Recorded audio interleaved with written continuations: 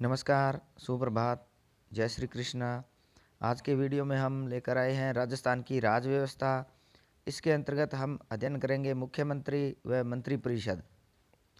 1935 के अधिनियम में कहा गया कि राज्यों में गवर्नर को परामर्श तथा सहायता प्रदान करने हेतु एक मंत्रिपरिषद होगी, जिसका मुखिया मुख्यमंत्री होगा। 1947 में मुखिया को मुख्यमंत्री नाम दिया गया था। पहले जो जब राजतंत्र होता था तब प्रधानमंत्री नाम होता था। इसके संवैधानिक प्रावधान क्या है? अनुच्छेद 163 एक के अनुसार राज्यपाल की सलाह हेतु एक मंत्रिपरिषद होगी, जिसका मुखिया मुख्यमंत्री होगा। 163(2) राज्यपाल की स्वविवेक की शक्तियाँ। 163(3) मंत्रिपरिषद द्वारा दी गई सलाह की जांच किसी भी न्यायालय द्वारा नहीं की जाएगी। 164(1) मुख्यमंत्री की नियुक्ति राज्यपाल द्वारा की जाती है। मंत्रियों की नियुक्ति राज्यपाल द्वारा मुख्यमंत्री की सलाह पर की जाती है। मंत्री राज्यपाल के प्रसाद पर्यंत अपने पद धारण करेंगे। अनुच्छेद 164(1) आई मंत्रिपरिषद का आकार व संरचना 91वें संविधान संशोधन 2003 द्वारा, उसका क्रियान्वयन 1 जनवरी 2004 द्वारा लागू हुआ था। मंत्रिपरिषद का आकार, अधिकतम आकार निम्न सदन या विधानसभा का 15% मुख्यमंत्री सहित, और न्यूनतम आकार 1+11 अपवाद सिक्किम, मिजोरम और गोवा ये अपवाद स्वरूप है। वर्तमान राजस्थान विधानसभा में कुल 200 सीटें हैं, जो कि जिसका जनसंख्या का आधार वर्ष 1971 की जनगणना है। नेक्स्ट है राज्य मंत्रिपरिषद की शक्तियां एवं कार्य।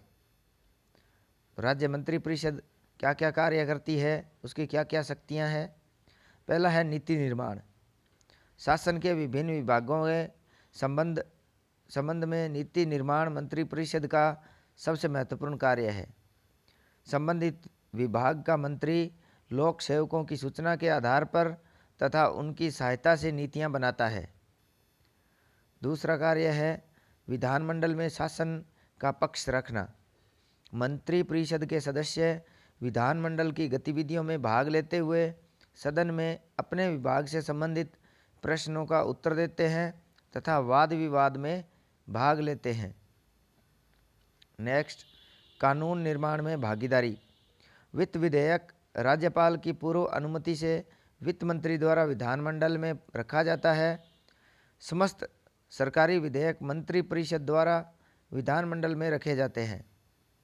राज्यपाल द्वारा जो अध्यादेश लाए जाते हैं वे मंत्रिपरिषद द्वारा ही तैयार किए जाते हैं। नेक्स्ट, राज्यपाल को परामर्श। राज्यपाल के समस्त कार्यों के संबंध में मंत्रिपरिषद द्वारा परामर्श दिया जाता है। राज्य में उच्च पदों पर समस्त नियुक्तियां मंत्रिपरिषद के परामर्श पर ही राज्यपाल द्वारा की जाती है।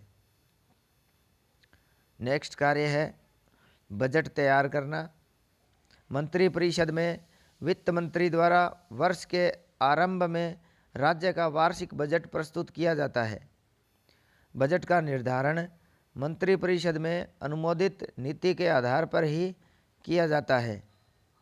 नेक्स्ट, छठा कार्य है मंत्रिपरिषद मंत्रिमंडल की कार्यप्रणाली।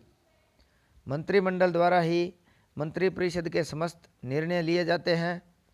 सर्वप्रथम मंत्रिमंडल की बैठक के लिए कार्यसूची बनाई जाती है। इसके बाद सीएम की सहायता से मंत्रिमंडल की बैठक बुलाई जाती है।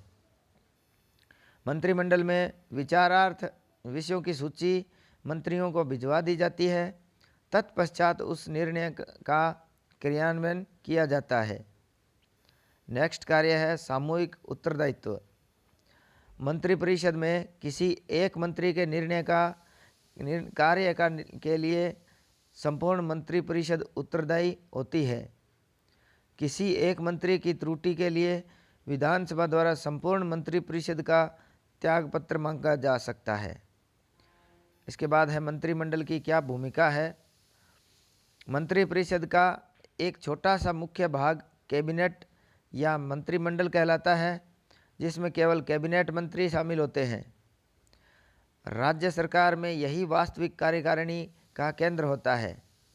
कैबिनेट मंत्री यह मुख्य कार्यकारी जो होती है। इसके बाद है राज्य की राजनीतिक प्रशासनिक व्यवस्था में यह सर्वोच्च नीति निर्धारक कार्यकारिणी है। कैबिनेट उच्च नियुक्तियां करती है, जैसे संवैधानिक कार्यकारिणी और वरिष्ठ प्रशासनिक सचिवों की। यह राज्य सरकार के मुख्य कार्यकारी अधिकारी की तरह है। कैबिनेट राज्य सरकार की प्रशासनिक व्यवस्था में मुख्य समन्वयक होती है। यह राज्यपाल की सलाहकार होती है। राज्यपाल कैबिनेट से सलाह करके ही कार्य करता है। यह मुख्य आपात प्रबंधक होती है और इस तरह आपात स्थितियों को संभालती है। यह सभी प्रमुख वैधानिक और वित्तीय मामलों को देखती है। इसके बाद मंत्रिपरिषद और मंत्रिमंडल दोनों में क्या अंतर है। पहले है मंत्रिपरिषद। मंत्रिपरिषद सभी मंत्रिपरिषद का भाग है। कैबिनेट मंत्री, राज्य मंत्री, स्वतंत्र प्रभार सभी मंत्रिपरिषद के अंतर्गत आते हैं। मंत्रिपरिषद का आकार बड़ा होता है। सभी विभाग मंत्रिपरिषद का भाग होते हैं। इसका उल्लेख मूल संविधान में है, जैसे अनुच्छेद 163(1) मंत्रिपरिषद की बैठक महीने में एक बार और मंत्रिपरिषद का आकार निश्चित होता है। इसके बाद मंत्रिमंडल है। मंत्रिमंडल केवल कैबिनेट मंत्री ही इसके भाग होते हैं। इसका आकार छोटा होता है। केवल महत्वपूर्ण विभाग इसका भाग है। इसका प्रावधान मूल संविधान में नहीं है। कैबिनेट शब्द को 44वें संविधान संशोधन 1978 द्वारा अनुच्छेद 352 के संदर्भ में जोड़ा गया था। मंत्रिमंडल की बैठक साप्ताहिक होती है और मंत्रिमंडल का आकार निर्धारित नहीं है। इसके बाद राजस्थान की वर्तमान मंत्रिपरिषद। राजस्थान की वर्तमान मंत्रिपरिषद, जिसमें एक मुख्यमंत्री और 14 कैबिनेट मंत्री है। तो सीएम व कैबिनेट मंत्री मिलके मंत्रिमंडल का निर्माण होता है। इसमें 4 स्वतंत्र प्रभार के राज्य मंत्री जो स्वतंत्र प्रभार होते हैं और 5 राज्य मंत्री। तो 24 प्रथम बार नोट गठन के समय 25 मंत्री थे। उसके बाद 2 उप मुख्यमंत्री बने, दिया कुमारी जिनको 6 विभाग दिए गए, जो विद्याधर नगर जयपुर से विजेता हैं, और प्रेमचंद बैरवा इनको 4 विभाग दिए गए हैं, जो दूदू जयपुर से विजेता हुए। मुख्यमंत्री के पास कुल 8 विभाग हैं। मंत्री जिन्होंने इस्तीफा दिया वो थे सुरेंद्रपाल सिंह टीटी, करणपुर विधानसभा, गंगानगर। इसके बाद मंत्रिपरिषद में महिला मंत्री, राजस्थान मंत्रिपरिषद में महिला मंत्री दिया कुमारी जो कि उप मुख्यमंत्री हैं। मंजू बागमार राज्य मंत्री हैं। नागौर जिले की जायल अष्टी सीट से विधायक हैं। वर्तमान मंत्रिपरिषद में उप मंत्री व संसदीय सचिवों की नियुक्ति नहीं की गई है। नोट: संसदीय सचिवों को मंत्रिपरिषद की गणना में शामिल नहीं किया जाना चाहिए। यह अनुशंसा रामनारायण बिश्नोई समिति द्वारा 2008 में की गई थी। मंत्रियों के मध्य विभागों के बंटवारे के आदेश मंत्रिमंडलीय सचिवालय जारी करता है।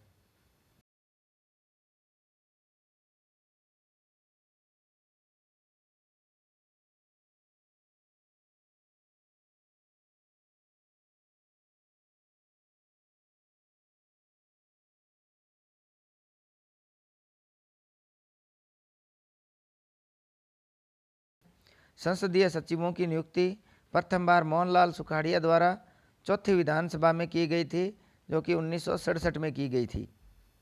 164 एक बी के अनुसार एक एमएलए जो दल बदल के मामले में दोषी पाया गया हो, मंत्री बनने हेतु भी अयोग्य होगा।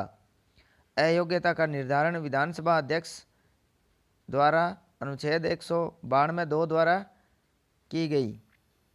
अनुच्छेद 164(2) मंत्रिपरिषद सामूहिक रूप से विधानसभा के निम्न सदन के प्रति उत्तरदायी होगी।